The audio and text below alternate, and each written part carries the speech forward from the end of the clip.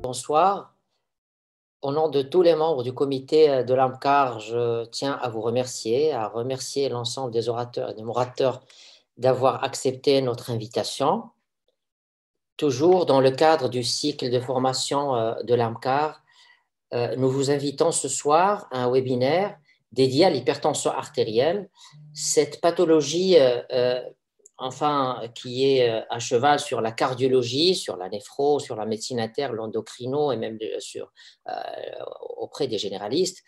Et elle n'a pas encore délivré tous ses secrets et est toujours passionnante. Il y a toujours des choses à dire, des choses toujours intéressantes, surtout quand on a en notre présence des sommités en hypertension artérielle. Et donc ce soir, nous avons invité vraiment des sommités dans le domaine de l'hypertension artérielle. Le professeur Bernard Weiss, que tout le monde connaît et que je laisserai tout à l'heure, si Mohamed Alami, présenter. Bernard, merci beaucoup d'avoir accepté notre invitation.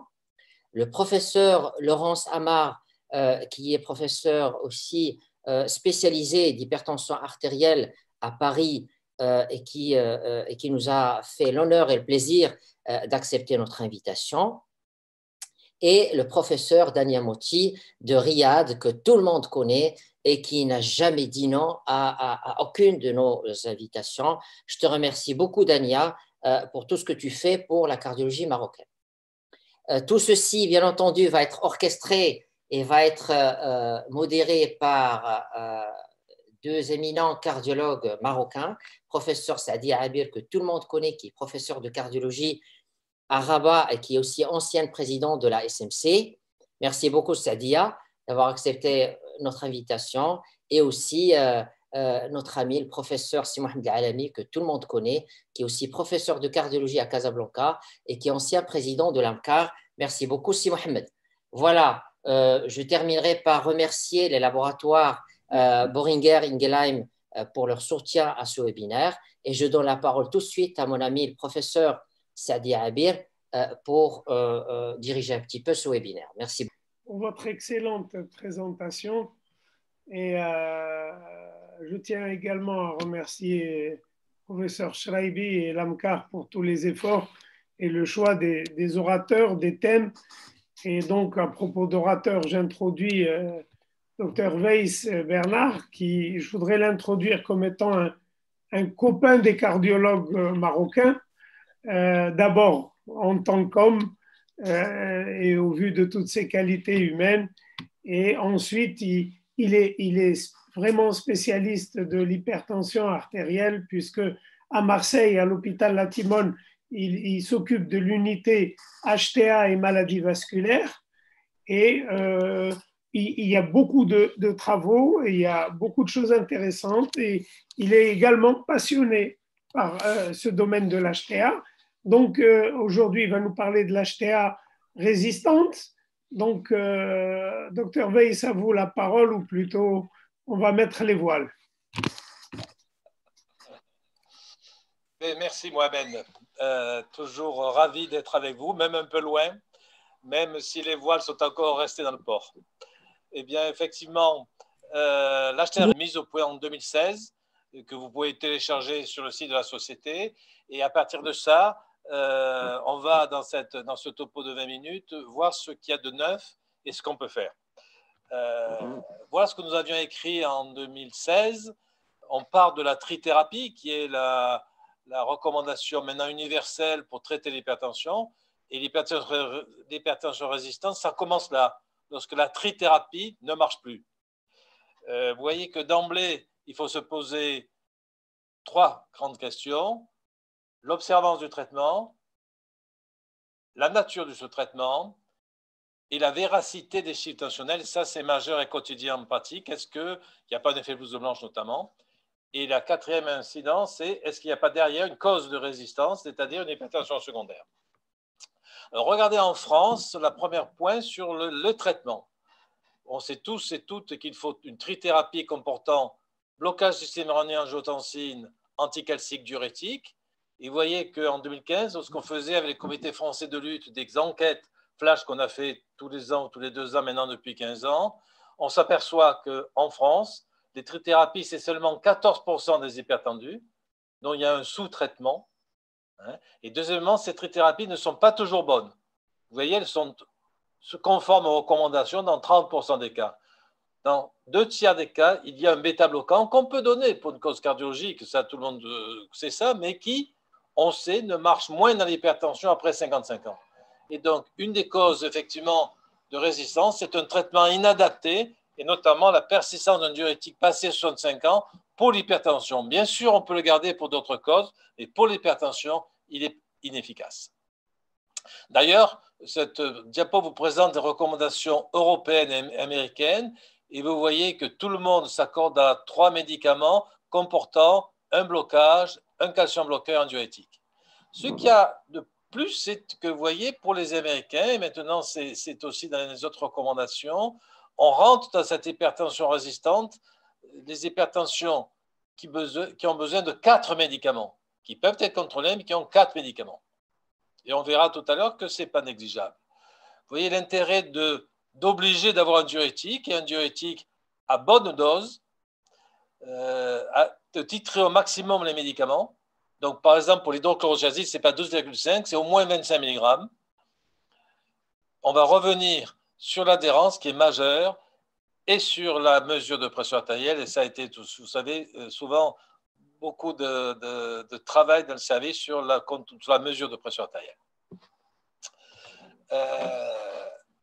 Une autre nouveauté, c'est le concept d'hypertension réfractaire.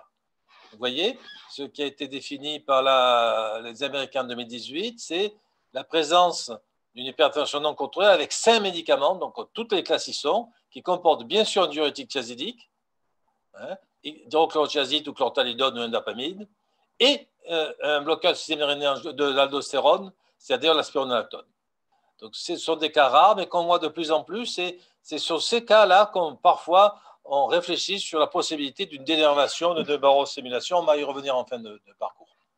Voilà ce qu'on retrouve dans la littérature sur la prévalence ou la fréquence de l'hypertension résistante. Dans la population, c'est de l'ordre, vous voyez, de 8 à 9%, un peu plus dans les études, notamment dans les études de diagnostic rénale, c'est logique, où la résistance est plus importante. Et si on en rajoute les hypertensions qui ont contrôlé à plus de 4 médicaments, bien sûr, la fréquence augmente aux alentours de 15%. Donc, retenez qu'avec 3 médicaments, blocage, anticalcique, diurétique, on doit contrôler 85% des hypertendus à condition qu'ils les prennent. Et ça, c'est une condition pas toujours facile. Vous voyez, dans ce schéma, on voit bien qu'on part en clinique, en consultation. Quand vous voyez votre patient, il est apparemment résistant s'il a les bons médicaments. Il faut toujours exclure un effet blouse blanche, donc on va voir par automesure MAPA. Il faut toujours penser à l'adhésion, à l'adhérence au traitement. On va voir que c'est difficile et qu'on se trompe souvent. Et c'est après avoir éliminé ces pseudo-hypertensions résistantes qu'on parle vraiment d'hypertension résistante. Vrai. Voilà un papier récent de 2019 sur 3 millions de patients. Vous voyez, la vraie hypertension résistante, c'est 10%. L'apparente, la pseudo-hypertension, c'est 10-15%. Vous voyez qu'il y a autant de faux positifs que de vraies hypertensions résistantes. Alors, comment faire? Ça, je vais le passer. Voilà aussi une diapo majeure. Vous voyez que la mauvaise adhérence, c'est environ 30 à 40% des hypertensions résistantes. Que l'effet blouse blanche, c'est aussi 30%. Je profite de vous dire que cette hypertension blouse blanche, chez les 30% de la population, elle devient à 50% passé 80 ans. Donc, chez les sujets âgés, obligatoirement chercher un effet blouse blanche. Mais vous voyez le sous-traitement, l'inertie des médecins, c'est près de 60%. Et enfin, la mauvaise prise de pression artérielle en consultation, c'est, vous voyez, 30%. Alors, je vais m'expliquer sur les deux derniers, car nous avons fait des enquêtes flash avec des mesures automatiques, 3 mesures chez l'accord de patient étudié. Et vous voyez qu'en 2019, si on regarde chez les hypertendus traités la fréquence de l'hypertension, si vous faites qu'une seule mesure, c'est 61% des gens traités qui ne sont pas contrôlés, au seuil de 135-85. 2 mesures, vous avez 50%. 3 mesures et la moyenne des 2 dernières en vert, c'est 46%. Vous voyez qu'on a 15% d'erreurs et donc il faut avoir des appareils automatiques, il faut mesurer et répéter les mesures et faire la moyenne des 2 dernières. C'est pareil chez les sujets jeunes de 35 ans et plus ou chez les sujets non traités. Donc, l'erreur de mesure est fréquente en consultation si on ne fait qu'une seule mesure. Le sous-traitement, voilà en France, je vous ai dit tout à l'heure, 14% de trithérapie. Voilà, vous voyez, en 12 ans, l'évolution des plurithérapies en France, qui n'est pas bonne. Qui n'est pas bonne, puisque vous voyez que la motothérapie, c'est 50% des cas, que la bithérapie, qui devrait être plus importante, elle était à 30%, mais elle baisse, et que cette trithérapie se plafonne à entre 12 et 14%. Or, un médicament, une monothérapie dans l'hypertension contrôle 40% des gens, une bithérapie 60%, maximum 70%. Une trithérapie bien conduite doit contrôler, quand elle est prise et tolérée, 80-85%. Donc, on doit faire des plurithérapies qu'on ne fait pas assez. Quand on est maintenant sur la mesure de pression artérielle, il y a bien sûr l'automesure que vous connaissez et la MAPA. 2 diapos en plaidoyer de la MAPA, car vous savez que l'anxiété est une cause de montée de tension en automesure. Et voilà un exemple concret d'une de mes patientes qui avait une hypertension résistante sévère et qui a pris l'automesure pendant la MAPA. Et vous voyez bien que la moyenne est à 18, mais quand on prend l'automesure, elle est à 23. Donc, attention, l'automesure seule peut majorer les chiffres en cas d'hypertension chez un sujet anxieux. Donc, si vous avez un doute, il faut faire une MAPA. À l'inverse, voilà un patient diabétique, hypertendu bien sûr, qui avait une automesure normale au repos, chez lui, mais qui avait des maux de tête au travail, puisqu'au travail, il a une hypertension masquée, on le voit bien, puisqu'il a porté le Holter 48 heures. Il était vraiment observant à nos recommandations. Et vous voyez que dans la journée au travail, il monte à 160 de diastolique et 160 de systolique. La nuit, il baisse et au repos, c'était vendredi, samedi, sa pression est normale. Et quand il prend d'automesure, au repos, elle est basse. L'HTA masqué, c'est 15% des cas, mais chez le diabétique, c'est 40% des cas. Donc, si vous avez vraiment un retentissement des organes cibles, etc., si une automesure est normale, allez plus loin et faites une MAPA. Quels sont les facteurs d'hypertension résistante? C'est bien sûr ceux liés à l'hypertension qui sont l'ancienneté, le niveau de pression, le nombre de médicaments pris. C'est bien sûr les facteurs associés à l'atteinte des organes cibles, hypertrophie ventriculaire gauche, on en a parlé, insuffisance rénale, insuffisance cardiaque bien sûr, ceux liés aux habitudes, le diabète, le syndrome métabolique, l'obésité, l'alcool en France est un facteur de résistance, et le sodium. Et vous voyez que les recommandations mettent bien la natriurèse des 24 heures. Le ionogramme urinaire, on le fait nous systématiquement dans le service et on a des surprises. Le français moyen, je ne sais pas le marocain si vous avez des datas, c'est 200 millimoles, c'est 12 grammes de sel. Si vous avez un sujet à 400 millimoles, c'est sûr que la résistance, et on le voit, est là. Et l'objectif, c'est d'avoir une natriurèse basse avec un régime à 6-7 grammes de sel dans les 24 heures, c'est-à-dire 100 millimoles. Et aussi d'autres facteurs de résistance qui sont le sujet masculin, parce que probablement son adhérence est moindre, les sujets africains qui sont plus sévères, on le sait. Une diapo intéressante sur la physiopathologie. Vous voyez que c'est une diapo de Weber, le groupe allemand, qui montre qu'on peut casser, globalement, vous avez dans les personnes résistantes soit trop d'eau et de sel, et vous avez souvent une entrée de sel, je viens de le dire, importante, vous avez aussi des œdèmes, vous avez une rénine basse, vous avez parfois une acide urique qui ne va pas monter sous diurétique, vous avez une insuffisance rénale qui est une rétention aérosodée. À l'inverse, vous avez l'activation du système nerveux sympathique avec une vasoconstriction, une tachycardie, une apnée du sommeil, l'alcool qui fait monter le système nerveux sympathique, des tensions très catécholergiques, très variables. Ce sont celles-là qui semblent bien répondre, bien sûr, à la dénervation rénale, à la sympathotectomie par voie de dénervation. Donc, ceci peut nous aider pour le traitement, ou bien sûr, sur l'overload, il faudra augmenter le diurétique et faire parfois 2 diurétiques. N'oubliez pas de regarder les substances vasopressives. On a de plus en plus des facteurs anti-angiogéniques dans les cancers et là, on a souvent des problèmes d'hypertension chez les sujets traités par chimiothérapie. Bien sûr, n'oubliez pas la contraception orale, les œstrogènes, certains antidépresseurs. L'alcool, là aussi, est un facteur en France pas négligeable. Et pour les jeunes, cocaïne, réglisse, bien sûr, et sympathomimétique.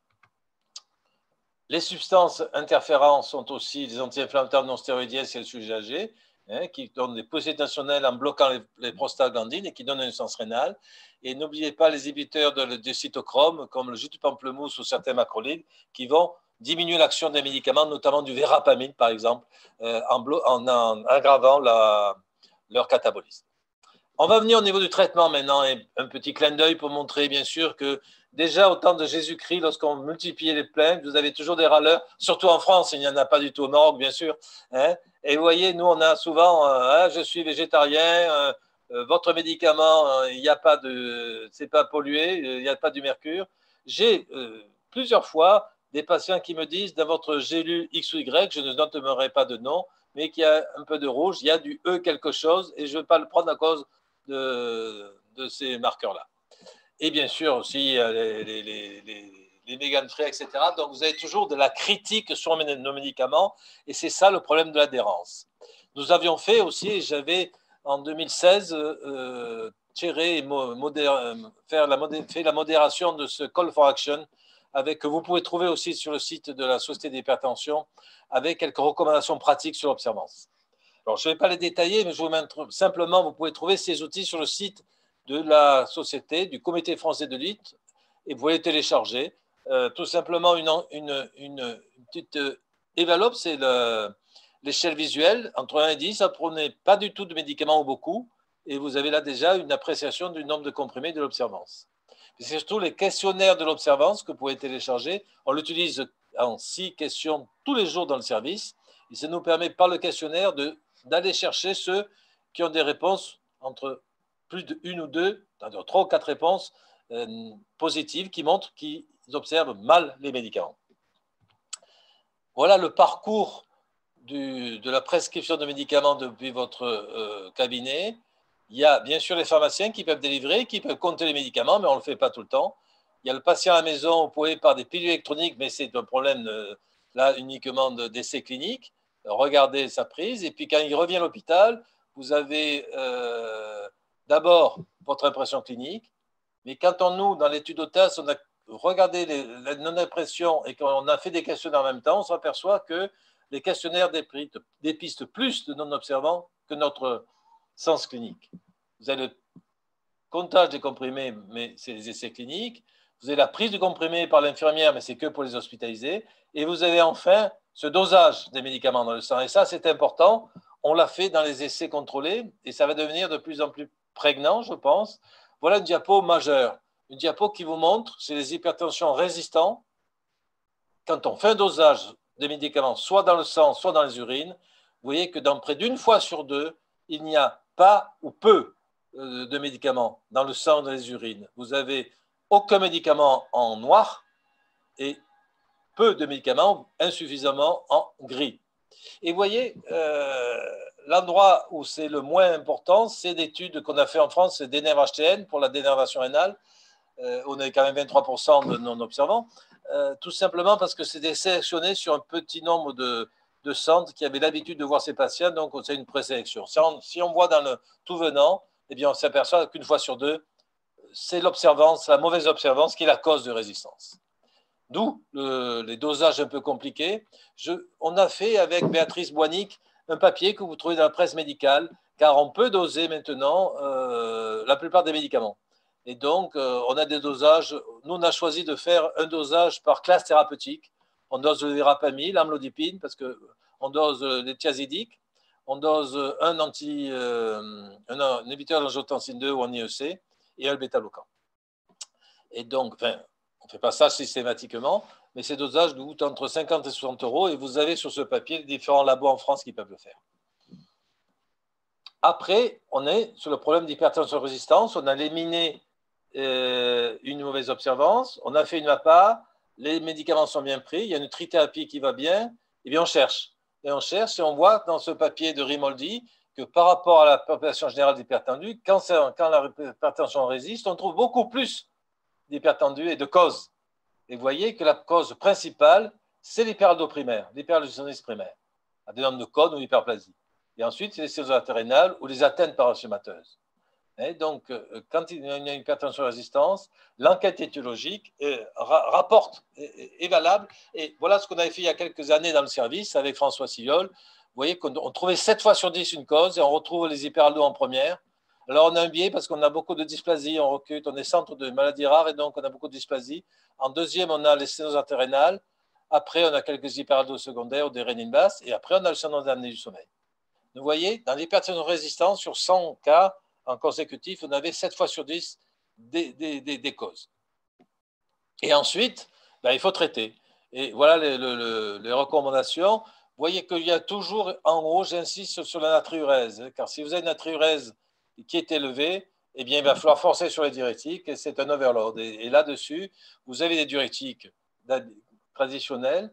Nous n'avons pas la chlorthalidone en France, c'est dommage parce que quand l'hydrochlorothiazide à 25 voire 50 mg est inefficace, changer de diurétique thiazidique peut être utile. Et on a soit la chlorthalidone, soit l'indapamide qui peut être utile. Ensuite, c'est le bloqueur du système rénien, de l'aldostérone, spironolactone ou le plérénone, ou amyloride, je reviendrai après là-dessus. Et ça n'est qu'après que l'on a les bêta-bloquants et les alpha-bloquants. Et pour les causes rares, on a aussi des vasodilatateurs comme l'hydralazine ou le minoxidil. Mais vous voyez, ceci est incontournable. Et je crois que j'avais mis ici, voilà, l'enquête Pathway. C'est un très beau papier de Williams et du groupe anglais de 2015 qui a regardé sur les hypertensions résistantes en automesure, les médicaments traditionnels, spironolactone, doxazocine, un alpha-bloquant, et le bisoprolol. Il a regardé la rénine. Et vous voyez qu'effectivement, l'aldostérone, l'aldactone qui bloque l'aldostérone est efficace, d'autant plus que la rénine est basse, mais qu'en moyenne, elle va faire mieux que le bisoprolol en automesure. 6 mm mieux sur la systolique et mieux que l'alpha-bloquant, 5 mm. Et donc, la messe est dite, on avait aussi dans la SCOT des données sur la spironolactone, le 4e médicament à mettre, c'est la spironolactone. À 25, en surveillant bien sûr le potassium et la créatinine. Mais il y a des effets secondaires. Vous voyez, bien sûr, la gynécomastie et la dysfonction érectile, car c'est un antitestostérone, c'est proche de la progestérone, l'aldactone, et donc vous avez ce problème chez l'homme. Et c'est pour ça que nous utilisons fréquemment, nous en première intention, l'amyloride, qui n'a pas ces effets secondaires, notamment chez l'homme, et parfois les plérénones, maintenant qui est tombé dans le domaine public en France, et qui est aussi moins puissant que l'aldostérone. Il faut le donner en 2 prises. Il faut faire attention au cytochrome 450. Mais ce traitement marche, et si vous voulez, si vous avez une chondrothérapie, vous arrivez à contrôler 9 hypertendus sur 10, à condition qu'ils prennent. Voilà un papier qui vous montre que l'amyloride est aussi efficace que la spironolactone dans la rénine basse. Vous voyez? Donc, nous l'avons sous le terme de modamine en France. On peut aller de 5 à 20 mg. Ensuite, ce qu'on peut proposer, mais pas dans tous les centres, c'est les dénervations rénales. Vous voyez le dernier papier qui est une condensé des 3 dernières études sur la dénervation, spirale sous médicaments, spirale sans médicaments et radiance. Et vous voyez en bleu, procédure SHAM, que ça baisse de 5 à 6 mm la pression ambulatoire par rapport au SHAM. SHAM, c'est une procédure où vous faites une artériole blanche d'un côté et une dilatation de l'autre. Pour être vraiment en aveugle, c'est un peu invasif, certes, mais c'est un procédé très, très, très précis. 6 mm, c'est ce qu'on avait trouvé, nous, dans la dénervation à hypertension, 6 mm, mais ça ne guérit pas l'hypertension, ça se rajoute au traitement pour baisser la pression, en faisant baisser l'activité sympathique. Et vous voyez que les cathéters ont fait des progrès, le système nerveux sympathique là-dessus est atteint, les procédures commencent à s'optimiser, mais qu'on ne sait pas encore, il y a des répondeurs et qu'il faut quand même un peu de temps pour préciser les répondeurs à cette procédure.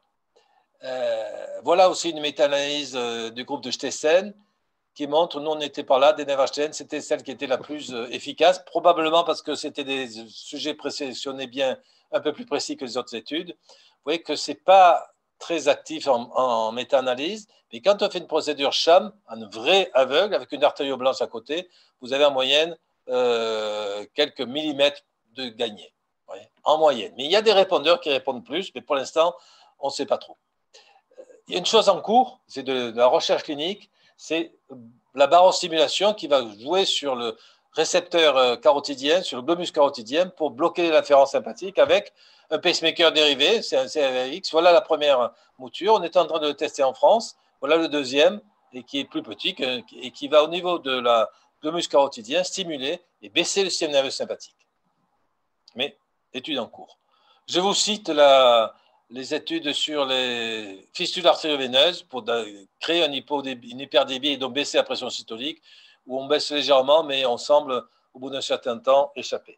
Alors, est-ce qu'il faut choisir, certains disent, est-ce qu'il faut changer des dénervation d'emblée ou l'aldactone, qui est classique, vous avez vu, qui a été démontré au point de vue activité. Il y a un papier récent qui a fait en double aveugle aldactone versus dénervation. Alors, il y a peu de cas, il y a 50 cas, mais vous voyez que sur la MAPA, ce qui est pas mal, et sur un suivi à 6 mois, vous voyez que la spironolactone fait mieux que la dénervation.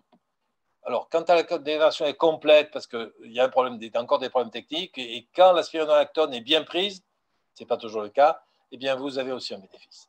Donc, je pense que l'aldactone doit être pris toujours en hypertension résistante avant de faire une dénervation. Pour conclure, je vous montrerai l'algorithme simple que nous avions proposé à la Société d'hypertension et qui est toujours d'actualité. Trithérapie, à condition que ce soit la bonne, à dose optimale, c'est-à-dire qu'un diurétique à forte dose. Cherchez l'observance. Utiliser les questionnaires, c'est plus simple. Si vous pouvez aller plus loin sur la mesure dans le sang et les urines, c'est mieux. Cherchez bien sûr un effet blouse blanche. Et la MAPA me paraît essentielle, car l'automesure parfois est insuffisante.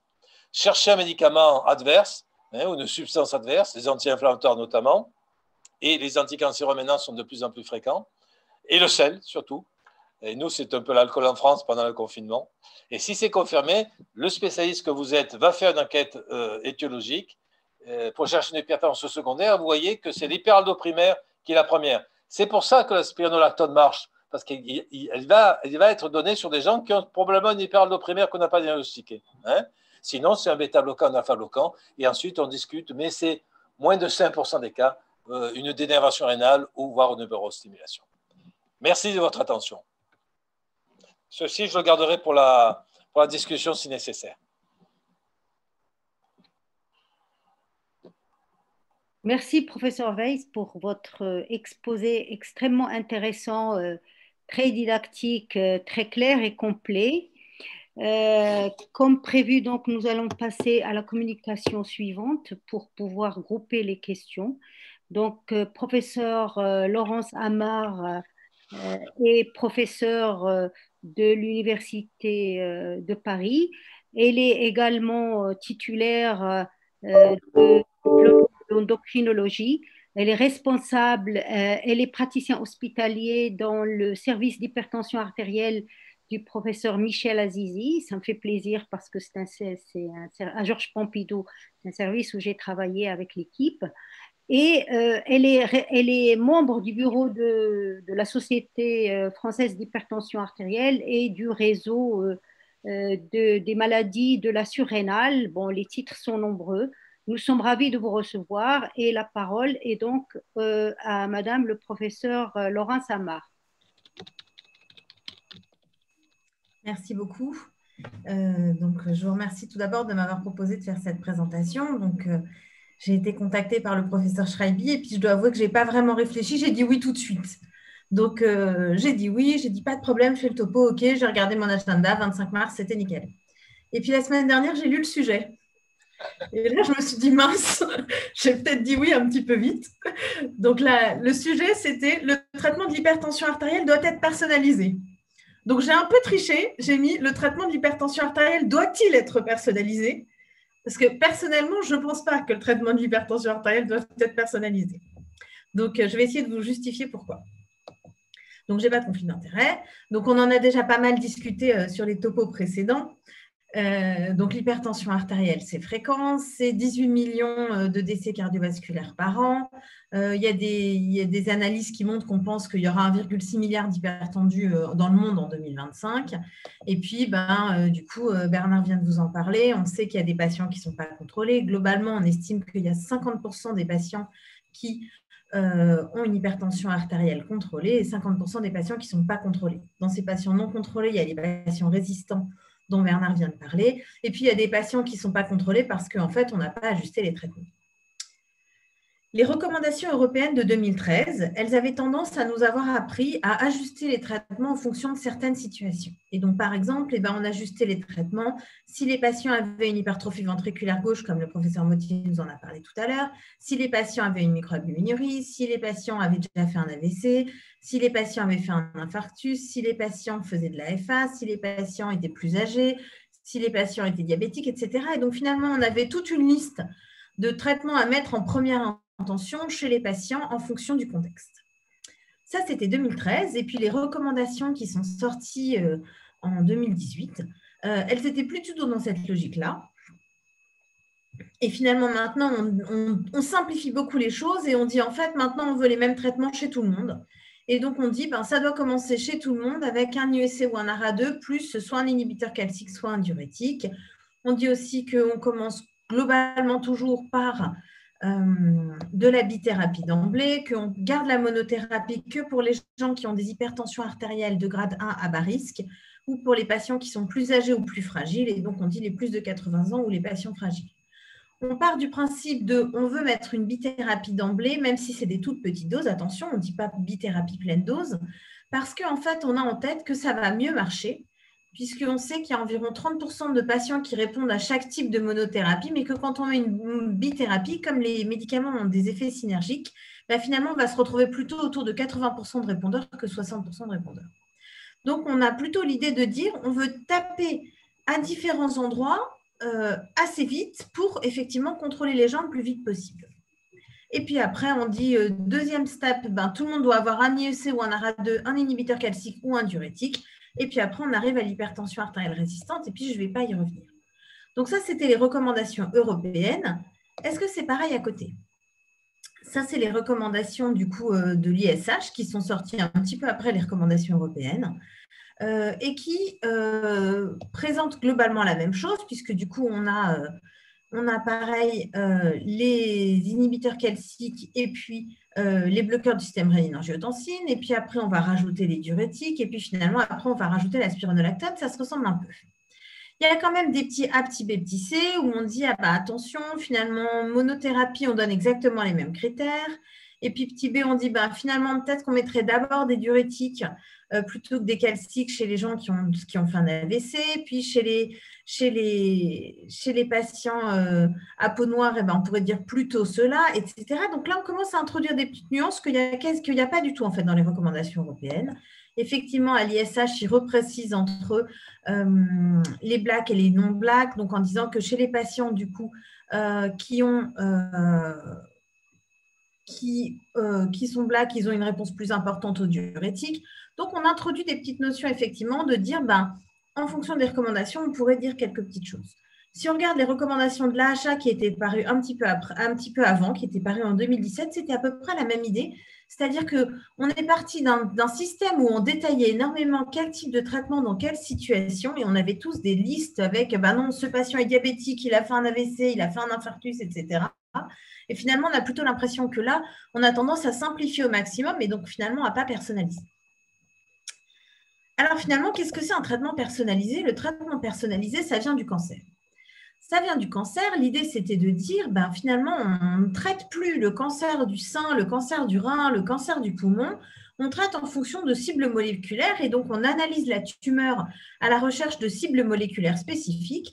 Et quand on identifie ces cibles moléculaires, en fait, quel que soit l'organe sous-jacent, on tape sur la cible. Et donc maintenant, il y a des grosses oncologues et dans les grands services d'oncologie, on fait comme ça. On se dit, finalement, ce n'est pas tant l'organe initial qui compte que la présence, effectivement, de PDL, de PD1, de la présence de récepteurs OVEGF, etc., qui vont orienter le choix thérapeutique. Le problème, c'est que pour nous, c'est un peu plus compliqué de faire de la médecine personnalisée dans le monde du cardiovasculaire pour deux raisons. D'abord, parce que nous, on n'a pas de tumeur. Et puis ensuite, parce que quand on parle de la physiopathologie de l'hypertension artérielle, ça ressemble globalement à ça. Et encore, c'était en 72 et ça s'est compliqué depuis. Donc, évidemment, identifier une cible là-dedans, c'est compliqué. Et ce qu'on a quand même en tête, c'est qu'il y a des régulations et des contre-régulations dans tous les sens. Et donc, avoir une cible et taper dessus, on n'y croit pas énormément. On croit effectivement plutôt à l'idée de se dire qu'il y a différentes cibles et qu'il va falloir agir à différents endroits. On a également en tête le fait qu'il y a eu pas mal d'études qui avaient été faites sur les diurétiques, par exemple, et qui avaient montré que si on prescrit à un patient un diurétique thiazidique, et ben, en fait, on va augmenter l'expression du canal qui, lui, est sensible en fait au diurétique de Lens, par exemple. Donc, il y a des mécanismes de régulation et donc, par exemple, c'est mieux de mettre plusieurs types de diurétiques et c'est l'idée de la spironolactone plus l'hydrochlorothiazide que de taper très fort avec un seul diurétique. Et donc, ces mécanismes de contre-régulation, il y a des études qui le montrent chez l'animal, il y a des études qui le montrent au niveau moléculaire qu'effectivement, on a des systèmes de contre-régulation. Alors, quelles sont les spécificités qu'on garde encore? On garde effectivement, on se pose la question de la spécificité chez les patients qui sont à peau noire, et il y a des études qui ont montré que les patients à peau noire qui résident en Afrique, aux États-Unis ou en Europe ont des spécificités effectivement. On les explique comment? On les explique parce qu'ils ont un système rénine-angiotensine qui est un peu différent, parce qu'ils ont une réponse au sodium qui est un peu différente, ils ont une augmentation du risque cardiovasculaire et un âge vasculaire qui est plus élevé. On sait, nous, dans le monde de l'hypertension artérielle, tous, que c'est des patients qui ont des hypertensions artérielles qui, malheureusement, sont souvent sévères, sont souvent précoces et qui ont des complications, des atteintes d'organes cibles qui sont plus importantes. Là, on ajuste un petit peu pour ça parce qu'ils sont un peu plus graves et on dit, d'abord, il faut les screener annuellement à partir de 18 ans. On dit qu'il faut faire attention aux règles hygiéno-diététiques. Et puis, on dit, en première intention, on donne une place aux diurétiques. Pourquoi? À cause, effectivement, de cette rétention hydrosodée et qui fait qu'ils sont beaucoup plus sensibles aux diurétiques. Il y a une autre petite chose qui est importante à avoir en tête, c'est le risque d'angioëdème sous IEC qui est 3 fois plus élevé chez les patients à peau noire. Et donc, du coup, dans le choix IEC versus ARA2, on a de plus en plus tendance à dire qu'on simplifie les choses et que c'est soit l'un, soit l'autre. Chez les patients à peau noire, on aura une petite préférence pour les ARA2 à cause de ce risque d'angioëdème. Chez les patients diabétiques, on se retrouve avec le traitement de tout le monde et donc on n'a plus vraiment de préférence de traitement. On veut un bloqueur du système rénine-angiotensine, mais finalement maintenant on le met en première intention chez tout le monde. Et puis on va dire soit un inhibiteur calcique, soit un diurétique thiazidique. Ce qui change un petit peu peut-être et ce qu'on personnalise un peu chez nos patients hypertendus diabétiques, en fait, ce n'est pas le traitement de l'hypertension artérielle, c'est le traitement du diabète. Pourquoi? Parce qu'on sait qu'il y a les analogues du GLP-1 qui vont avoir une bonne efficacité sur la prévention cardiovasculaire et puis que maintenant, on a les inhibiteurs SGLT2 qui, en fait, par le mécanisme d'action qu'ils ont, donc vous savez, ils vont générer en fait une perte urinaire de glucose, ils vont en même temps, en fait, par les canaux, il va y avoir en même temps une perte urinaire de sodium et donc, du coup, on a une natriurèse qui augmente et on a un petit effet sur la pression artérielle. Et donc, du coup, on n'ajuste pas vraiment le traitement antihypertenseur chez les patients diabétiques, mais c'est vrai qu'on commence à avoir des petites préférences sur le traitement du diabète chez ces patients diabétiques hypertendus. Chez les patients qui ont une insuffisance rénale, il n'y a pas d'ajustement spécifique. Le seul ajustement qu'on accepte et qu'il y a, c'est effectivement qu'avec un DFG qui est inférieur à 30, et encore on est un peu plus souple qu'avant, on va mettre plus facilement des diurétiques de Lens. Et puis, ce qu'on dit surtout, c'est attention, c'est des patients qui, quel que soit leur DFG, ont besoin du bloqueur du système rénine-angiotensine. Et je vais enchaîner avec la diapositive suivante en disant même quand ils ont une sténose de l'artère rénale. Pourquoi? Parce que maintenant, il a été largement démontré que les patients qui aient une néphropathie sévère, qu'ils aient une sténose unilatérale ou bilatérale des artères rénales, en fait, ils ont un profil de risque cardiovasculaire tellement grave qu'ils ont besoin d'IEC ou d'ARA2, quel que soit le prix qu'il faille payer sur la fonction rénale globalement s'il n'y a pas de sténose artérielle rénale. Donc finalement, est-ce qu'on personnalise le traitement de l'hypertension artérielle? Pas tant que ça. On a effectivement des petites règles, mais finalement, on reste de plus en plus sur la même chose. Chez les patients plus âgés, on a plutôt effectivement les mêmes types de traitements. On va dire qu'on n'aime pas les diurétiques de Lens et qu'on n'aime pas les alpha-bloquants, mais d'un autre côté, on avait déjà dit que chez les autres, on n'aimait pas tellement les diurétiques de Lens ni les alpha-bloquants. On fait attention, bien entendu, à la tolérance des médicaments, mais ça paraît assez légitime. Au final, en termes de traitement, actuellement, en 2021, on a plutôt envie de dire non, on ne personnalise pas les médicaments. On veut les 3 mêmes grandes classes de médicaments chez tout le monde, soit un IEC, soit un ARA2, un inhibiteur calcique, un diurétique. Et donc, ça va être notre base de traitement. On a tous nos habitudes de prescription, ça ne change pas grand-chose. On a l'idée qu'on veut diminuer le nombre de comprimés, donc on donne effectivement souvent des bithérapies, voire des trithérapies quand on y a accès. En France, ce n'est pas remboursé. Les trithérapies en un seul comprimé. Mais finalement, du coup, est-ce qu'on personnalise le traitement? Non, on ne personnalise pas le traitement. est-ce qu'on devrait personnaliser le traitement? En fait, la question ne se pose pas comme ça. C'est-à-dire que ce qu'on sait, c'est qu'avec 50% de patients hypertendus non contrôlés, ben, il faut simplifier les choses parce qu'il faut que ce soit fait. On a aussi simplifié les choses. Est-ce que maintenant, on personnalise les cibles? Alors, je m'étais dit, ben, finalement, si ce n'est pas sur les médicaments, est-ce qu'il y a d'autres choses qu'on personnalise dans la prise en charge de l'hypertension artérielle? Alors, est-ce qu'on personnalise les cibles de prise en charge d'hypertension artérielle? Ben, en fait, plutôt pas. Sur les dernières recommandations, on a plutôt eu tendance à simplifier pareil en disant ben, la cible chez tout le monde, c'est d'être à moins de 130 mm de mercure. Alors, on a introduit une nouveauté, mais on l'introduit aussi chez tout le monde si on veut que les gens soient supérieurs à 120 mm de mercure sur la pression artérielle systolique. Et ça n'existait pas. Cette bande minimale n'existait pas. Elle est assez intuitive, mais c'est vrai qu'elle n'existait pas. Dans les recommandations européennes, il y a un petit bémol qui est fait sur l'insuffisance rénale, où on dit ben, on pourrait peut-être tolérer plutôt moins de 140 que moins de 130. Je ne sais pas si vous avez vu passer les KDIGO qui viennent d'être publiés. Donc, les KDIGO, c'est la Bible des néphrologues sur les patients en insuffisance rénale. Et en fait, les KDIGO, eux, ils disent moins de 120. Donc, tout ça pour dire que ces cibles de pression artérielle chez les patients avec une insuffisance rénale, c'est très compliqué, mais que globalement, on retient de façon simple que ben non, dans nos cibles, en fait, suite aux différents essais qui ont été publiés ces dernières années, notamment Sprint, on a plutôt eu tendance à simplifier et à dire on veut la même cible tensionnelle chez tout le monde. Donc, est-ce qu'on personnalise les cibles tensionnelles? Ben, quand on voit cette diapo, on a plutôt envie de dire non, on ne personnalise pas les cibles tensionnelles.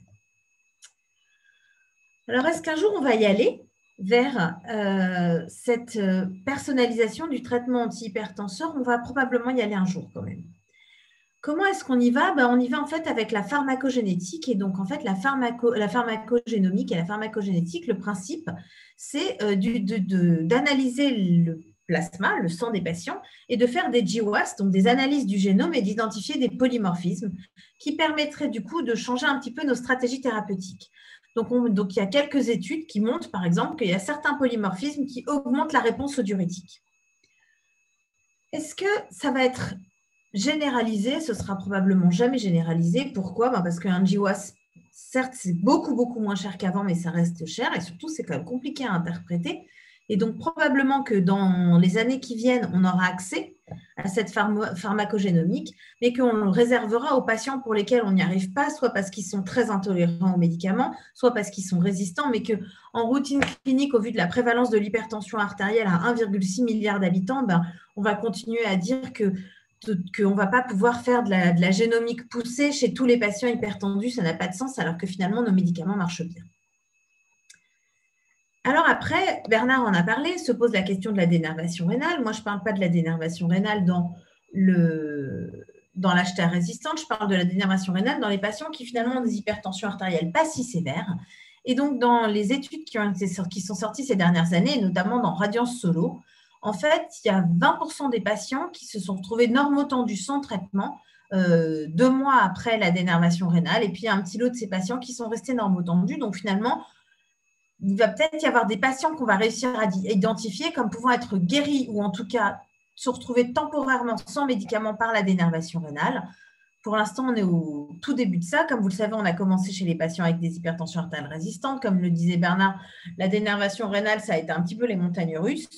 On essaye encore de lui trouver sa place. Peut-être qu'effectivement, un jour, dans notre arsenal thérapeutique, dès le départ, il y aura la dénervation rénale chez certains patients. Parce qu'effectivement, si on a un moyen de dire à un patient de 45-50 ans, ben, on a une technique qui fait que vous n'aurez pas besoin de traitement pendant 3 ans, 5 ans de plus, c'est sûr que ça vaudra le coup. Pour l'instant, on est au tout début de ça parce qu'effectivement, les techniques pour dénerver commencent à peine à s'améliorer. Alors après, je me suis dit, ben, peut-être que personnaliser le traitement, ça voulait aussi dire qu'on ne traite plus sur des chiffres de pression artérielle, mais qu'on traite sur un profil cardiovasculaire global, comme on le fait par exemple en lipides depuis des années. Et c'est vrai que dans le monde de l'hypertension artérielle, c'est un petit peu débattu depuis des années. Donc, est-ce qu'on vise une cible de pression artérielle? Est-ce qu'on vise une cible de facteur de risque? Et en fait, on jongle un petit peu sur les deux. Pourquoi est-ce qu'on jongle un petit peu sur les deux? Parce qu'en fait, on sait que si on regarde le bénéfice de la réduction de pression artérielle en fonction du profil de risque cardiovasculaire, ce qu'on voit en fait, c'est qu'on a la même diminution relative, quel que soit le risque cardiovasculaire, mais que bien entendu, plus les patients sont à risque, plus on a un gain en valeur absolue de cette baisse de pression artérielle. Donc, chez les patients à très haut risque cardiovasculaire, on a un bénéfice de la réduction de la pression artérielle qui est beaucoup plus important en termes d'événements évités que chez les patients qui, dès le départ, avaient un faible risque. On introduit un peu cette notion dans les recommandations européennes puisqu'on dit, effectivement, en fonction du risque cardiovasculaire, il y a des patients qu'on va traiter d'emblée ou qu'on ne va pas traiter. Et puis PS versus la définition américaine qui disait en fait, on va traiter les patients à partir de 130, on définit l'hypertension artérielle à partir de 130-80 et plus de 140-90. Et nous, on était un petit peu anxieux tous de savoir si la définition allait changer. Eh bien, on a gardé en Europe la définition à 140-90, sauf qu'on a quand même dit, ah mais attention, chez les patients qui ont des pressions artérielles nord-hautes, mais qui sont à haut risque cardiovasculaire, on peut quand même leur introduire un traitement. Donc là, effectivement, on introduit le concept de, on ne les appelle pas hypertendus, mais en fait, on leur donne un traitement antihypertenseur. Et là, effectivement, on peut se dire qu'on ajuste nos habitudes de prise en charge sur le risque cardiovasculaire. Alors finalement, est-ce qu'on a besoin de personnaliser le traitement? Est-ce que c'est là qu'est l'enjeu? Et donc, il y a des études et des modèles qui ont essayé de regarder de quoi est-ce qu'on aurait besoin. Donc, c'est les Américains qui ont fait ça, qui disent, nous, on veut trouver la solution pour que d'ici 2022, donc c'est un papier qui date de 2019, on veut, donc c'est avant la Covid, on veut qu'il y ait 80% des patients qui soient contrôlés aux États-Unis. Et donc, ils font tout un modèle informatique que je suis totalement incapable de vous expliquer en détail. Mais le papier est assez joli. Et en fait, ils disent de quoi on a besoin. Et donc, ils testent différentes choses. Et ce qu'ils trouvent, en fait, c'est que les médicaments ne sortent pas. On n'a pas besoin tellement de nouveaux médicaments. On a besoin d'augmenter les visites des patients. On a besoin de diminuer l'inertie thérapeutique, c'est-à-dire les médecins qui ne changent pas les traitements. On a besoin d'augmenter l'observance. Donc ça, Bernard vous en a longuement parlé tout à l'heure. Donc finalement, est-ce qu'on a besoin de personnaliser nos traitements? Peut-être pas. Peut-être que la stratégie actuelle qui est de simplifier au maximum est bonne. Parce que ce dont on a besoin, en fait, c'est de voir nos patients plus souvent, c'est de discuter avec eux. Il y a des études qui montrent que quand un patient rentre dans le box de consultation du médecin, il est interrompu pour la première fois au bout de 30 secondes. Donc, effectivement, on les interrompt vite, on est tous débordés, on n'a pas le temps, c'est compliqué. Et donc, si je dois répondre à la question qui était posée, qui d'ailleurs n'était pas posée parce que c'était affirmé, mais moi, je repose la question. Est-ce que le traitement doit être personnalisé? Je ne crois pas que le traitement doit être personnalisé. Par contre, je pense qu'effectivement, la prise en charge globale des patients doit être personnalisée et que c'est peut-être plus là-dessus qu'on a des choses à gagner. Dans le monde de l'intelligence artificielle, probablement tant mieux pour nous, ça veut dire qu'on a encore du boulot, mais ce n'est peut-être pas tant sur les types de médicaments qu'on prescrit que sur le lien qu'on établit avec nos patients. Voilà, merci beaucoup.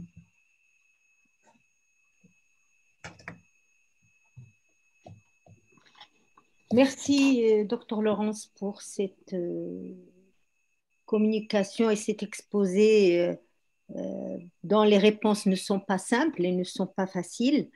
Et donc, nous allons sans tarder passer aux questions qui sont posées par l'assistance. Professeur Alami. Oui, alors, on commencera peut-être par les questions pour Madame Monté, puisque c'est la première à parler. Et je vois les questions qui nous sont posées. Quand faut-il chercher une autre étiologie qu'on découvre une HVG chez l'hypertendu? Question que j'ai bien aimée. Oui, alors c'est une très très bonne question. Je pense que pour ceux qui ont bien écouté, ils ont la réponse entre les lignes. À chaque fois qu'il y a des choses qu'on dit unexpected, qu'on ne s'attendait pas. Par exemple, vous voyez une hypertension pulmonaire trop sévère. Vous voyez chez quelqu'un qui n'a pas de raison d'avoir cette hypertension pulmonaire. Quelqu'un a une dysfonction diastolique trop avancée. Quelqu'un qui a une veine cave inférieure trop dilatée. L'hypertension n'arriverait pas à ce stade-là. Je parle de patient qui vient à l'écolab sur ses pieds, qui n'est pas en insuffisance cardiaque, qui n'est pas hospitalisé. Quelqu'un qui vient à répétition pour HFpEF à cause d'une cardiopathie hypertensive, HFpEF, tous les mois. On n'arrive pas à le stabiliser. Quelqu'un qui garde un BNP qui est toujours augmenté, qui a un léchage de troponine qui est stable, mais qui ne monte pas, même si la fonction rénale est légèrement altérée, mais parce qu'on sait que la trope peut être augmentée. Chez tous ces gens-là, il faut savoir, quelqu'un qui a une hypertrophie concentrique trop importante pour ce que veut la post-charge. Des idées, je vous ai montré que la plupart des hypertendus, ils ne vont pas hypertrophier tout leur ventricule. Ils vont vraiment focuser sur le septum basal. Donc, toutes ces choses-là doivent… Une oreillette gauche trop dilatée, une dysfonction atriale, si on la cherche, une dysfonction… Il y a des dépôts, par exemple, dans l'oreillette à cause d'autres cardiopathies infiltratives qui vont faire une dysfonction de l'oreillette gauche, pas uniquement une dilatation, des choses, etc. Donc, tout ça fait que l'hypertension artérielle, je n'achète pas toute seule. Il faut chercher quelque chose derrière. Et des signes extracliniques, bien entendu. Quelqu'un qui a des choses extracliniques. Toujours peut-il, quelqu'un qui a une hypotension malgré un traitement, il n'a plus besoin de traitement antihypertenseur. Quelqu'un qui a une surdité, quelqu'un des signes extracardiaques systémiques. Tout ça doit faire chercher une autre cause de l'HVG. Alors, dans le même sillage, vous nous avez bien dit que l'échocardiographie n'était pas indiquée dans certains cas, il ne fallait surtout pas la faire. En revanche, dans d'autres, il faut la faire. Mais vous avez parlé aussi d'écho initial. Alors, ma question est-ce que chez un hypertendu, une écho de référence initiale, puisqu'après on est amené à voir éventuellement beaucoup de choses, est indiquée? Est-ce qu'elle peut avoir, vous avez dit, pas pour poser le traitement, mais est-ce qu'elle peut avoir quand même une valeur décisionnelle? Et compte tenu de votre expérience, quelles sont les anomalies qui sont les plus précoces en échocardiographie dans le cadre de l'hypertension artérielle, justement? Est-ce que c'est la dysfonction diastolique, la dilatation de l'auger, l'hypertrophie ventriculaire gauche? Alors, c'est vrai que les guidelines ne se sont pas mouillés sur cette question de faire une échographie. Alors, les échographistes, Thomas Marwick qui a guidé ces guidelines sur l'écho, on avait l'impression quand on lisait son papier qu'il était un peu pour, mais en même temps, il pouvait dire que oui, ça coûtera même très cher. Attention, 45% de la population sont hypertendus. Est-ce que je vais devoir me faire une écho? Les Américains disent non, il ne faut pas faire chez tout le monde, faire juste un ECG éventuellement, regarder juste l'examen clinique. En tant qu'échographiste, moi, je pense que c'est toujours utile. C'est pour ça que je vous dis, il n'y a pas de consensus, ce n'est pas indiqué ou recommandé. Il n'y a pas de recommandation claire, ni classe A, 2T. Ils disent inapproprié versus certains, pas incertain, on ne sait pas trop. Moi, je pense que si on a la possibilité, si on est dans un pays qui nous permet ce luxe d'avoir une échographie de base, oui, je pense qu'il faut la faire. Maintenant, la répéter tous les ans, comme je vois de temps en temps, bilan d'HTA, alors que le patient ne se plaint de rien, là, c'est exagéré. Alors, les lésions initiales, les anomalies initiales, comme je vous ai dit, une oreillette peut être tout à fait normale. Un patient peut avoir une taille de ventricule normale. Ce qui doit nous sauter à l'oreille, nous sauter aux yeux, c'est comme je répète toujours, ce septum, ce petit bulging là qui n'est pas uniquement dû à l'âge ou à la désaxation entre la aortic root et le VG, ça peut être aussi à cette post-charge due à l'hypertension artérielle. Alors l'anomalie la plus fréquente, je dirais, parce que vous avez posé la question, c'est la relaxation, l'altération de la relaxation et le type 1, avec une oreillette qui en même reste normale. Un petit E' qui commence à diminuer un petit peu, mais avec un E sur E', quand quelqu'un pose la question sur la compensée, qui reste dans les normes. Et des pressions de remplissage qui ne sont pas augmentées initialement. Donc, pour la question qu'on a posée, que veut dire cardiopathie hypertensive compensée, qu'on trouve souvent dans les comptes rendus d'écho? C'est en français, ça. Moi, je ne l'ai pas vu, ça. Je parle en anglais, je n'ai pas vu quelqu'un qui a marqué cardiopathie hypertensive compensée. On décrit l'échographie, on décrit qu'il y a un ventricule gauche de taille normale, hypertrophie concentrique ou pas, remodelage concentrique ou pas. Alors, si les pressions de remplissage, j'essaie de réfléchir qu'est-ce qu'il veut dire par compenser. C'est que c'est l'opposé de décompenser, c'est qu'il n'y a pas de pression de remplissage augmentée, il n'y a pas d'hypertension pulmonaire, il n'y a pas un E sur E' augmenté, il y a une oreillette gauche qui est un petit peu dilatée, 34, 35, mais qui n'est pas à 50. Encore une fois, je vous dis, 50, c'est quand même très rare. Une veine cave qui est normale, des pressions dans le cœur qui sont, entre guillemets, compensées. Voilà, mais honnêtement, c'est un mot typiquement en France, mais on ne s'en sert pas tout le temps. Moi, je ne m'en sers pas, par exemple. Je ne me suis jamais servi.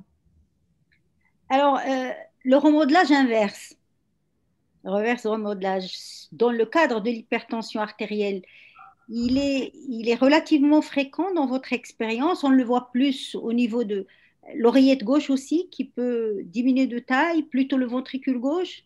Alors, je vous ai montré un papier. C'est très intéressant comme question. Ça a été décrit. Alors, de là à vous dire que je le vois tous les jours. Moi, ce que je vois des patients, s'ils sont bien contrôlés, la pression artérielle est bien contrôlée, ils sont stables. Ça ne s'aggrave pas en tout cas. Mais de là qu'ils ont une oreillette gauche qui est, mettons, je dis un chiffre à 36 millilitres par mètre carré, arrivé à 30, c'est pas fréquent. Après, ça dépend aussi, il faut savoir aussi que l'échographie a ses propres variabilités. Si quelqu'un a une 12 mm de septum basal et arrive à 10, c'est pas fréquent. On dirait au moins la stabilisation, en prenant en compte la variabilité de la mesure elle-même, du MO, de la variabilité inter-observateur, intra-observateur, etc. Donc, non, le revolage inverse, là, je vous ai montré un cas hyper flagrant qui est arrivé, mais c'est une décompensation cardiaque qui s'est produite en fait, où il y a eu cette augmentation massive des pressions de remplissage, une augmentation de l'oreillette gauche, une augmentation de l'insuffisance mitrale dynamique, etc. Mais des patients, entre guillemets, qui ont une hypertension simple et on les traite correctement, on voit une inversion de tous les paramètres avec une masse qui normalise, ça a été décrit, mais ce n'est pas la pratique de tous les jours. Justement, Dania, concernant ce cas précis, le fait qu'il y avait cette dysfonction assez prononcée, et puis par la suite qui est devenue régressive, qui a repris, est-ce que tu ne penses pas qu'il y avait un facteur intercurrent autre que le pic hypertensif qui pouvait expliquer un petit peu cette dysfonction aiguë qui a régressé par la suite, notamment une myocardite, une atteinte virale ou autre? Alors, c'est une très bonne question, Saïd. Je ne m'attendais pas plus. Tu es super. On en a discuté encore avec mon collègue tout à l'heure. Je dis, mais quand même, est-ce qu'on arrivera à vendre cette patiente en étant juste l'hypertension qui a tout fait? Alors, on est en train de chercher autour, de tourner autour. Je lui ai dit, ouais, mais le GLS, il est quand même, dès le début, qu'il n'est pas normal. Puis, ce VG qui n'est pas trop petit quand même, il n'est pas concentrique. Il est un peu, vous avez vu, il était à 55 mm, donc il est un peu dilaté. Est-ce qu'il ne faut pas chercher autre chose? Il m'a dit, on a fait les coronaires, on a fait le fer sérique, on a fait tout ce qui est… Alors, la cardiopathie virale, ça, on n'en est pas à l'abri, mais elle n'a pas vraiment eu d'IRM parce que cette IRM qui était indiquée, la dame était claustrophobe, c'est une VIP très importante, alors il ne faut pas trop la contrarier, pas d'IRM, pas de trucs. Alors, ce qu'on a cherché quand même, malgré tout, parce que je lui ai dit quand même, l'onde S est trop petite pour que ça soit uniquement à cause de l'hypertension, c'est pour ne pas passer à côté de l'amylose, on va la chercher quand même. Est-ce qu'elle n'a pas fait d'insuffisance cardiaque? C'est vrai que l'amylose donne plus des HFpEF que des HFrEF, mais on se dit, ça arrive quand même dans quelques situations, les patients avec amylose peuvent donner des HFpEF. Mais tu as raison, on ne peut pas totalement exclure un autre facteur autre que l'hypertension artérielle. Ça, on n'en est pas à l'abri. On essaie de faire tout le bilan. On l'a fait ce qu'on a pu pour le moment, mais une myocardite qui est passée à là, c'est possible aussi. Et qui a régressé en une année. Oui. Alors peut-être une question au docteur Weiss. Si vous êtes là avec nous, n'est-ce pas, docteur Weiss? Oui. Alors, il y a une question. Jusqu'où utiliser l'hydrochlorothiazide et la spironolactone dans l'insuffisance rénale? Ah oui, c'est une bonne question. Alors, pour la spironolactone, classiquement, c'est 30 millilitres de cléarance. En dessous de 30 millilitres, effectivement, il vaut mieux pas l'utiliser. Pour l'hydrochlorothiazide, la contre-indication est relative, c'est-à-dire qu'il est moins efficace. Hein. Donc, en dessous de 30 millilitres, on reprend le furosémide. Une chose importante, parce que souvent, on voit encore du furosémide prescrit dans l'hypertension artérielle. En France, l'AMM a été retiré en 2007. Moi, j'avais le dossier à l'époque, parce que ça ne marche pas dans l'hypertension. Par contre, dans l'insuffisance rénale, par réhydratation trop importante, oui, ça marche, mais en 2 prises. Il faut bien fractionner les prises pour le furosémide, matin, midi. Hein, sans ça, tout ce qui est uriné le matin est réabsorbé l'après-midi. Donc, ensuite, pour la spironolactone, il faut quand même faire attention chez les personnes âgées. Hein. Surtout que c'est un add-on d'un IEC ou d'un ARA2. Donc, on a toujours une précaution de vérifier calémie, créatinine dans le premier mois et ensuite quand même tous les 2 ou 3 mois. Et en cas, bien sûr, de déshydratation, fièvre, gastroentérite, etc., parfois on le stoppe, hein, et on le reprend après. Mais la demi-vie est très longue de la spironolactone. Quand on l'arrête, ça dure 1 mois ou 6 semaines. Hein, donc, il faut savoir anticiper. Alors, pour compléter cette question, pour rester sur la même question, que pensez-vous chez l'hypertendu insuffisant rénal de l'association au furosémide de l'hydrochlorothiazide en plus de l'aldactone si la clairance évidemment est supérieure à 30? Alors, effectivement, il y a un papier d'ailleurs de notre ami et collègue néphrologue, professeur Bertrand Dussol, qui a fait effectivement sur un papier l'association furosémide et diurétique thiazidique, et c'est possible, hein, c'est possible, on le fait de temps en temps. Ça donne en fait des diurèses importantes, donc il faut bien surveiller, bien sûr, l'ionogramme. Hein. Et dans ce cas-là, là aussi, ce qui est intéressant pour le diurétique, c'est de faire l'ionogramme urinaire. Alors là, c'est l'inverse de tout à l'heure. On n'a pas beaucoup, au départ, on pisse beaucoup de sel, donc on a une natriurèse importante. Mais si on est trop en excès de diurétique, ce qui peut arriver sur ces gens-là, eh bien, la natriurèse va s'effondrer. On va être à moins de 50, à 10 ou 20 millimoles de sodium dans les urines. Et là, ça veut dire qu'on est allé trop loin. On peut avoir une insuffisance rénale fonctionnelle. Hein. Quant à la spironolactone sur ce terrain d'insuffisance rénale, je dirais attention, parce que c'est un risque. Donc, effectivement, on peut faire furosémide en 2 prises et de petites doses d'Ezidrex, mais en surveillant bien le patient, en le pesant tout simplement, et en vérifiant sa biologie, notamment sanguine, mais aussi urinaire. Merci. Alors, une question de l'assistance chez la femme enceinte, l'HTA résistante. Que peut-on faire? Est-ce qu'elle existe? Bon, moi, je compléterai la question en disant peut-être, en ajoutant peut-être que ce qu'on fait chez la femme enceinte, c'est surtout aussi chercher l'HTA secondaire. Une HTA gravidique peut cacher une HTA secondaire. Et là, on va attendre après l'accouchement pour faire le bilan. Oui. Ce qu'on a sur il y a peu d'hypertension résistante chez les jeunes femmes, en fait. Hein. Là, je dirais l'hypertension sévère, ce qu'on a parfois, nous, parce qu'on les recrute, c'est les dysplasies. Parce que ce n'est pas des hypertensions résistantes, des hypertensions sévères, hein, qui sont souvent familiales, et on peut avoir, hélas, des ruptures d'anévrisme pendant la grossesse par hypervolémie.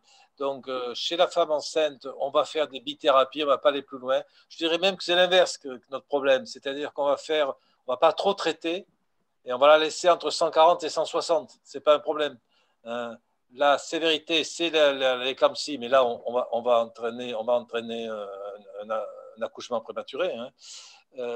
L'inverse, c'est surtout les hypotensions qui sont graves chez la femme enceinte, et j'invite tout le monde à faire de l'automesure, et surtout d'un MAPA. Hein. Ensuite, effectivement, la jeune femme, après l'accouchement, on cherche une dysplasie si on n'a pas cherché avant, et surtout une hyperaldotéronisme primaire, on en trouve souvent. Hein. Mais pendant la grossesse, on donne bien sûr un anticalcique, un bêta-bloquant, le Trendat. Je ne sais pas si vous avez le labetalol au Maroc, parce qu'on a fait avec Pierre-François Plein une étude là-dessus sur la femme enceinte. Et on donne un vieux bêta-bloquant et un anticalcique. Et parfois du népressol, mais c'est rare. C'est très rare. Il y a une autre question pour Dr Weiss, c'est la prise d'antihypertenseurs le soir, qu'en est-il? Ah oui, pas grand-chose. Il y a eu beaucoup dans la littérature un papier espagnol qui avait montré effectivement que le soir ça marchait un peu mieux, mais il a été après challengé et ce n'était pas un très bon papier.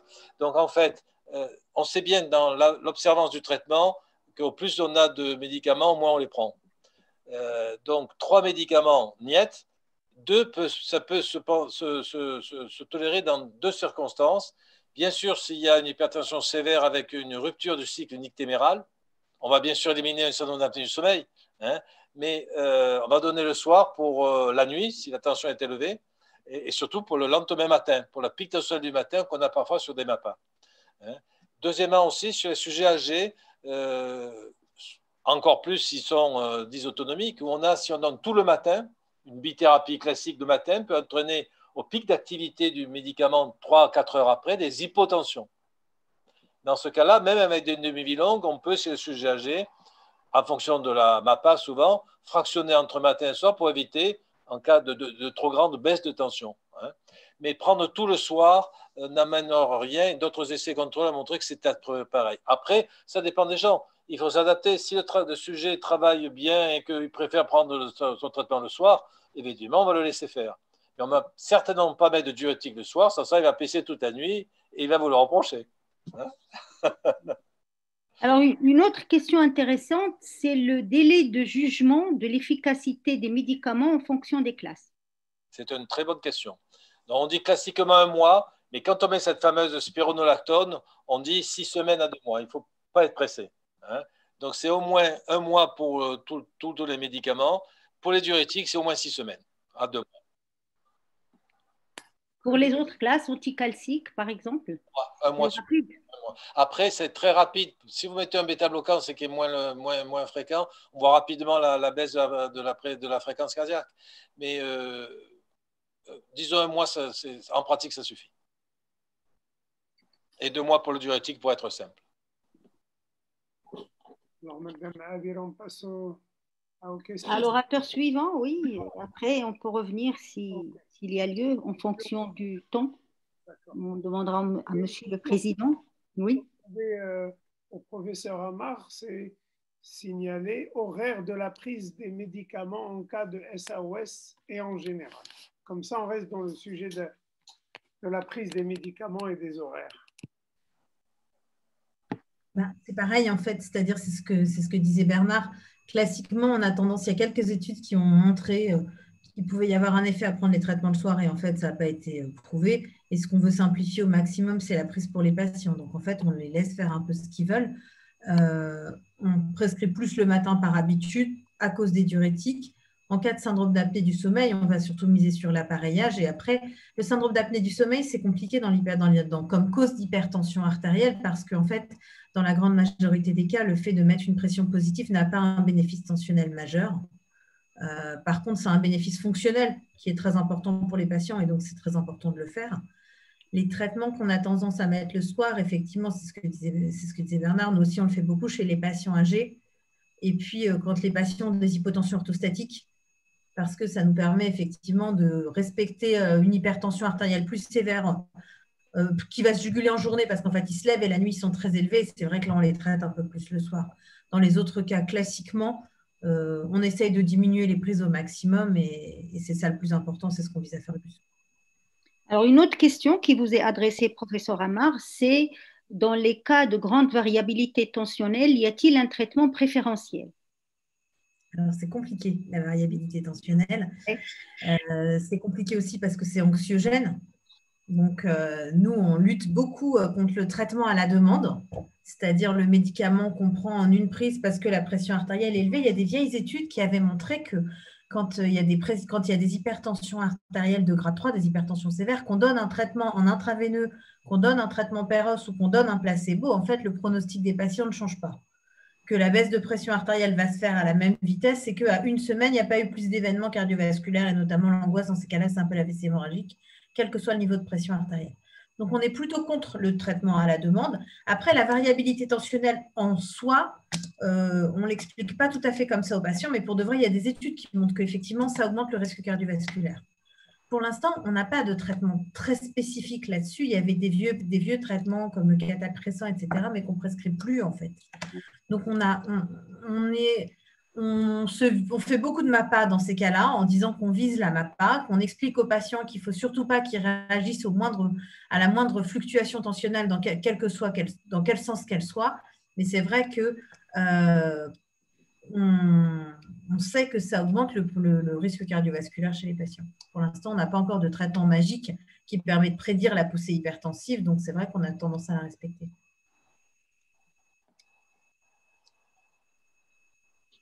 Alors, une autre question de l'assistance, c'est dans le cadre du traitement personnalisé, y a-t-il une place pour l'intelligence artificielle? Là, alors ça nous tente tous pas mal, c'est-à-dire de reprendre des très gros scores de patients hypertendus et d'identifier des caractéristiques initiales qui vont permettre de dire, ben voilà, je vais avoir mon algorithme et qui va me dire automatiquement, hop, hop, hop, chez ce patient-là, vous mettrez ces traitements-là. La seule chose, c'est qu'en fait, nos traitements, ils marchent déjà. Les traitements, ils marchent. L'enjeu, c'est que les patients les prennent et c'est que nous, on les prescrive. Donc, il y aura probablement Est-ce que c'est envisageable? Oui, c'est envisageable. Est-ce que ça arrivera à un moment? Probablement, mais c'est ce que disait Bernard tout à l'heure. En fait, quand on est un peu systématique, des vrais patients pour lesquels on n'y arrive pas, il n'y en a pas tant que ça, en fait. Et donc, ce sera probablement réservé à des cas de patients très particuliers, très sévères, soit à cause de leur intolérance, soit à cause de profils tensionnels particuliers. Ça paraît un peu compliqué en routine clinique pour finalement en arriver à prescrire des médicaments qu'on maîtrise bien et qui marchent bien. Vous ne croyez pas au fait que peut-être dans un avenir, il y aurait juste fait le génome, en connaissant le génome de chaque individu, dire, voilà, c'est le traitement le plus adapté à son génome. Parce qu'on sait déjà qu'il y avait des petits travaux sur certains antihypertenseurs en disant tel profil génétique.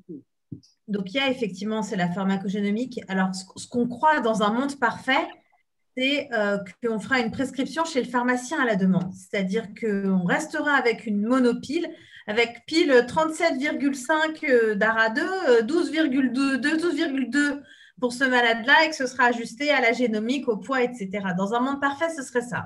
Ce serait, c'est pas tellement mon algorithme me dit quel traitement, c'est mon algorithme me dit quelle composition de pilule que j'envoie au pharmacien qu'il l'a fait lui. Dans un monde magique, c'est ça. Bon, c'est pas pour demain, mais c'est sûr que ça fait rêver, quoi.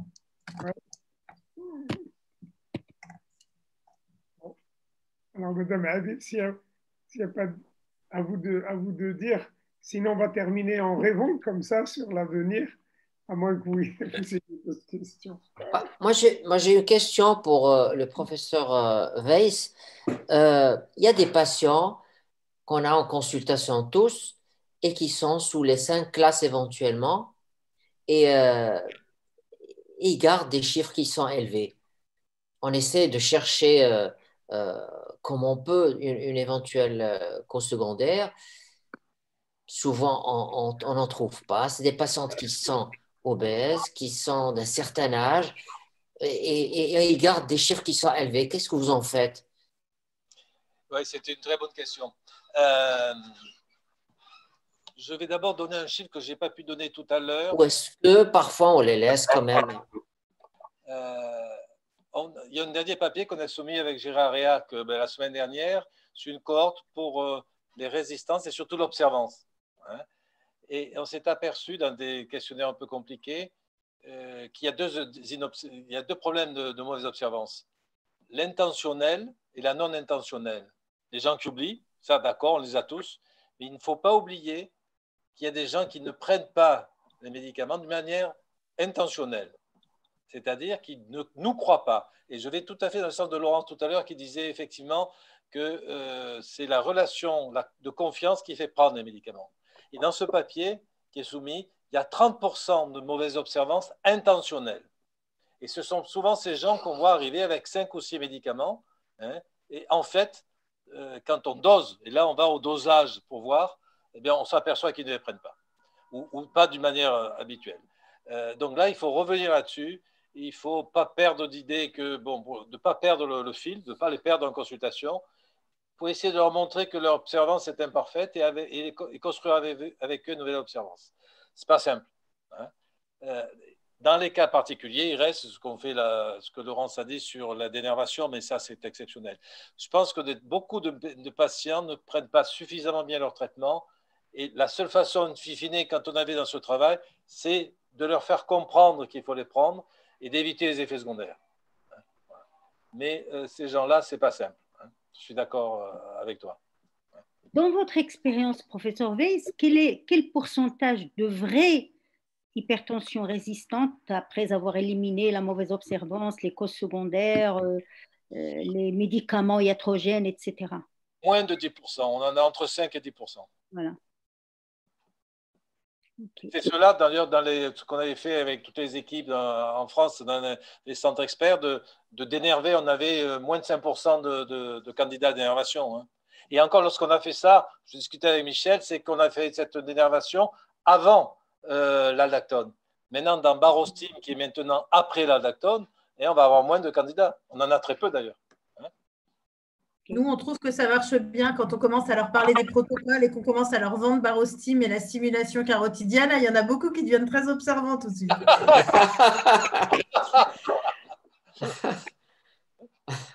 Après, il y a le phénomène de prise en charge parce que j'ai une barostimulation qui a très bien répondu de manière fantastique, en automesure, en MAPA. On est passé de 5 médicaments à 3 médicaments.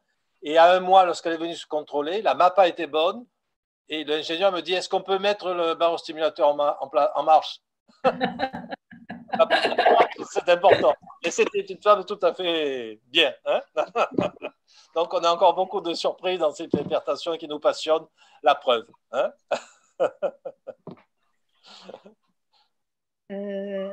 Nous rendons la parole au président, Monsieur le Président, professeur Shraibi. Écoutez, donc à la prochaine. Écoutez, merci beaucoup. C'était une session tout à fait passionnante, vraiment magnifique. Merci à Dania, merci à Bernard. Désolé, il y a un bruit de fond. Et merci beaucoup à Laurence aussi. C'était des topos magnifiques, mais vraiment magnifiques. On a appris énormément de choses. Merci beaucoup Sadia, merci beaucoup aussi Mohamed pour cette très très belle modération de cette session. On donne rendez-vous à tous les cardiologues le 8 avril pour encore une fois, ça sera à la veille du Ramadan et on essaiera de répondre à la question: quand faut-il interdire le jeûne chez les patients cardiaques? Et ça, c'est une question donc, à laquelle on doit répondre régulièrement et très, très souvent à la veille du Ramadan. Donc, je vous invite tous à ce webinaire le 8 avril. Et aussi, on va parler encore une fois des inhibiteurs du système rénine-angiotensine, aldostérone, le 8 avril. Voilà. Donc, encore une fois, un grand merci. Merci au laboratoire Boehringer Ingelheim. Et je vous donne rendez-vous le 8 avril. Et merci beaucoup.